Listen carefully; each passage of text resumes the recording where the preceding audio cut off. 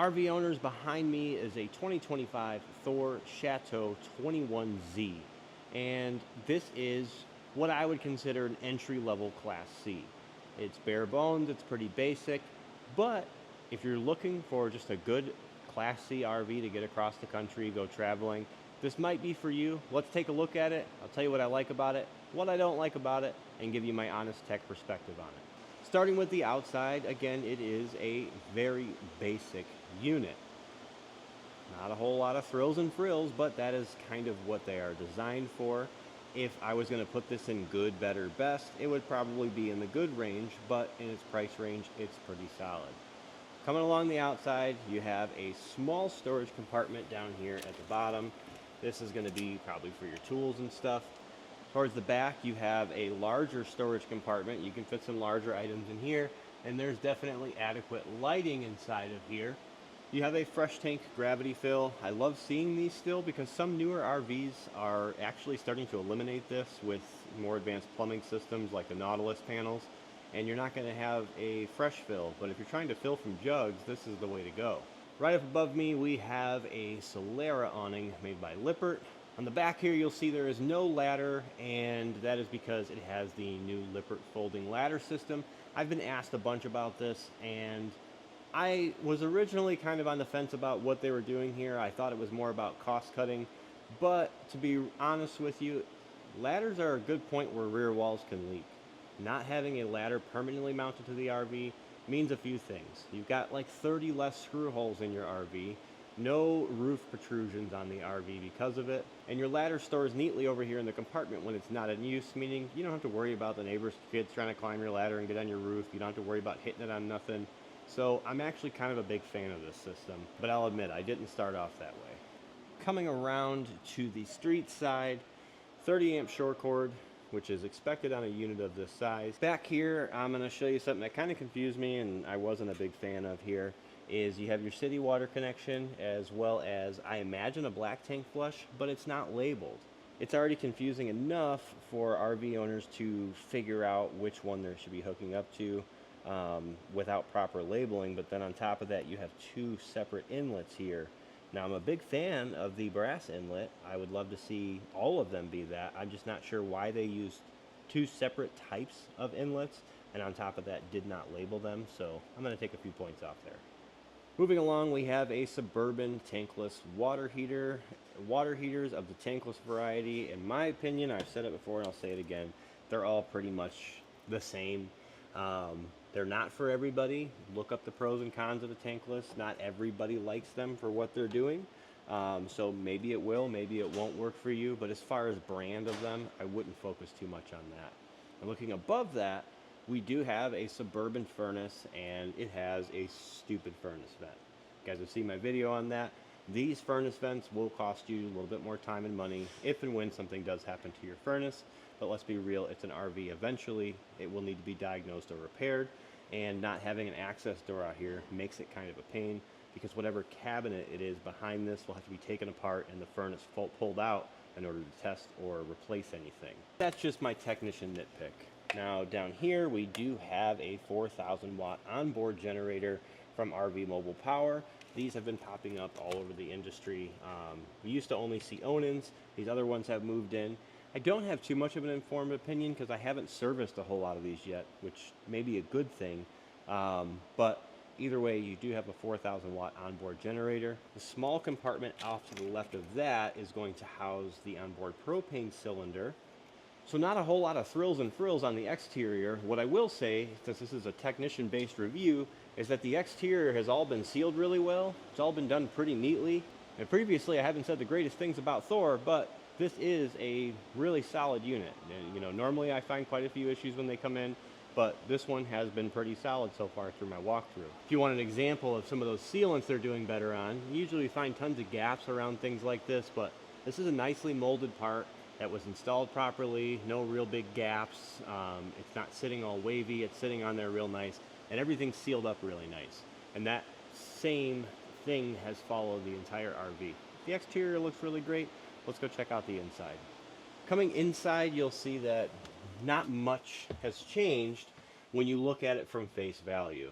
This is where the basic RV tours don't really show you the ins and outs. You can show you the cabinets and show you all the fancy stuff, but I like to get a closer look at things and see the build quality, because again, these are all pretty much the same. They all have the same appliances. And the build quality on the inside here, again, no slide room, no crazy devices or anything. This is a very basic unit, but they still didn't treat it like a basic unit. They put it together like it was one of the nicer units. You know, going along the trim work and stuff, not a whole lot of big gaps. Nothing seems like it was slapped together per se.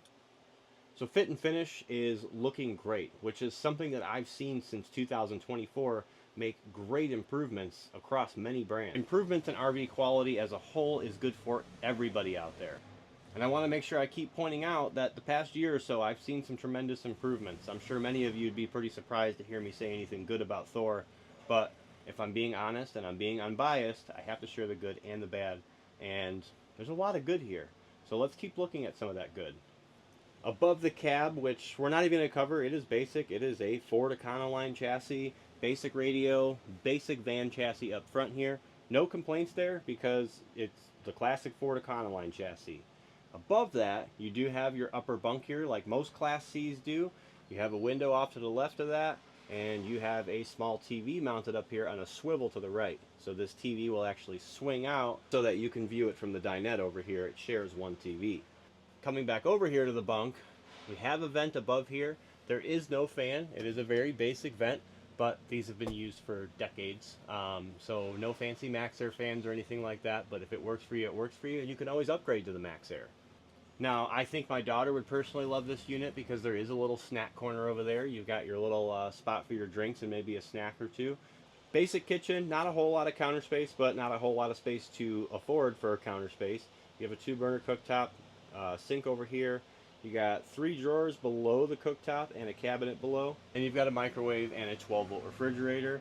I will say one thing I did like, although all these appliances are usually the same, they usually mix them up. And this one has a contour fridge, contour microwave, contour cooktop. I don't know. It's just nice to, I guess, see them all together.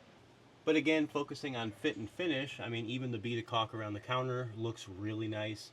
The stovetop was installed nicely. It's not all uneven. Some things I used to see from this manufacturer. Now, one of my favorite things to do is pull a drawer out and let you guys see behind it, because a lot of these RVs, that's where all the good stuff is hidden.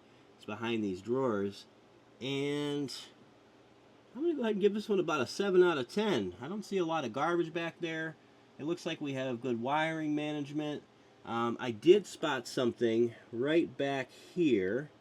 And that valve right there is your freshwater tank valve, which means that you would have to pull this drawer out in order to drain the freshwater tank. Not a big deal. Limited space, you have to work with it. Now, standing back up and looking above the kitchen, we do have another very basic vent with a basic fan in it. Again, don't let things like these steer you away from these RVs, because I can install a Max Air fan and so can your dealer in any RV out there. So don't let things like those be deal breakers or deal makers, because those things can be done to any RV. Coming down to the back, you have a bunk back here. This is a full-ish bed, I want to say. Get some light on over here. Plenty of cabinetry to keep all your stuff. We'll go ahead and take a look at how they are using struts on the cabinets, which are nice. Keeps them up so you don't have them falling on your head. And it looks like they didn't really slack on quality inside the cabinets. Something that I've seen pretty often. You know, places you don't look much, they try and be a little bit more sloppy or quicker. Next to the bed, you got a little cubby here. I'd like to point out too that all of these USB chargers are USB-C as well, which is nice to see that they're starting to do that, because all of our phones are USB-C. The wall over here, you have a really old school thermostat, and some people might say, oh, crappy old thermostat. Let me tell you right now, as a tech, that's the most reliable thermostat you're going to have for your furnace. Now, as far as the air conditioner, that has a manual control plenum here. So the knobs and temperature control are right here on the plenum. And I'll be honest with you, I'm actually still a big fan of that, because it's a lot less parts to fail. They're a lot more, I wouldn't say accurate, but you're going to have a lot less headache and issues with this.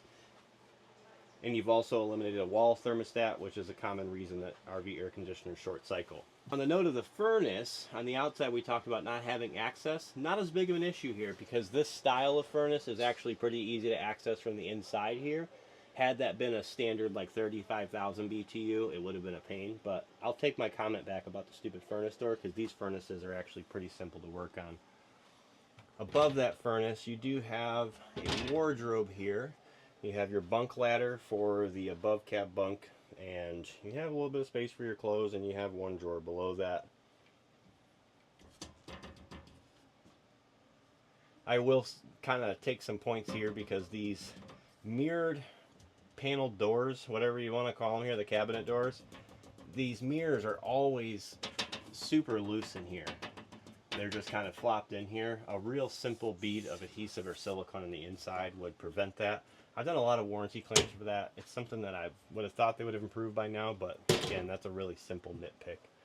Let's go check out the bathroom and see what we got going on back here. Nothing crazy, because again, this is a very basic unit. You're not going to have a ton of space in here. Regular pedal flush toilet. I don't have any issues with those. You got the small, I call them prison sinks, the little nickel finish round sinks. Basic shower surround. You do have some like little built-in shelves up there. I feel like they always miss the mark when they do this because it's an RV, and I don't ever understand why there's not like an actual like little bar or bracket, because if you keep anything there, it's all just going to fall off. Again, I'm not going to say I'm going to nitpick them for it because it's not a normal thing, but it would be a very easy thing to add. That would be an amazing feature in an RV instead of having to buy those things extra. Shower-wise, plenty of height. You got a skylight above that if you are on the taller side. Pretty basic. I will say that it does have a regular shower curtain, and before anybody nitpicks it that this thing's cheap, it comes with a regular shower curtain and not glass doors. I hate shower glass doors. They're the absolute worst to deal with. I know a lot of people have a hard time keeping them clean, but they're a pain to replace, and I've replaced a ton of them because the latch comes loose while you're driving and they end up getting smashed. They're also really heavy. So I'm not going to say don't pay attention to units that have glass doors, but don't look at it as this crazy luxury upgrade either, because I'm not a big fan of the glass doors. And you'll find that a lot of people who already have the glass doors also aren't a big fan of them because they're a huge pain to clean and they're really heavy. Now on the wall in the bathroom over here, we have the controller for the tankless water heater, which is a great place to put it because the times you're going to want to most adjust the temperature would be while you're in the shower or before you get in the shower, so it's nice to see that they've mounted that here in the bathroom. And before we head out of the bathroom, again, you have a basic vent, basic fan. Not a big deal. It is very basic, but it's a very basic unit, and you could always upgrade that. Now, I always get the question on reviews is like, will this fit my whole family? So let's take a quick peek and kind of recap on sleeping situations. You could probably fit one adult or two kids up there. The dinette down here folds down to a bed, which is really going to be good for probably your drunk uncle or maybe two smaller kids. And then you have the bed in the back, which is going to be mom and dad or whatever it be back here. It's a full-size bed. You can fit two people in there. Not going to have the most space, but you're going to have it. So potentially 6 people, but I would say for a smaller family, you know, mom, dad, 2 kids, something of that nature, this would be perfect for you. Especially if you're looking for no frills, you know, no slide outs, none of that crazy stuff, no leveling system, less stuff to break. Plain and simple, this is meant for traveling and camping and nothing more than that. And I gotta admit, this thing is a pretty solid unit. You know, again, I haven't said the nicest things about Thor in the past. This is really well put together, even for a basic unit. And I'm saying that in specific because I found that a lot of manufacturers in previous years on some of their cheaper, less expensive units, they really throw them together. And I love to see that the same quality is being put into bottom of the line products as the same as the top of the line products. This is a pretty good unit, I'm not gonna lie. If it works for you, it works for you. That's the best RV there is. So what do you think? Is the Thor Chateau for you? Because I'm gonna give this one a thumbs up. It's not a full inspection, but just after a basic walkthrough, I like this unit. If you guys are interested in seeing more tech tips, tricks, and even some tours like this one, or the rest of these units, make sure you guys are pressing that follow button.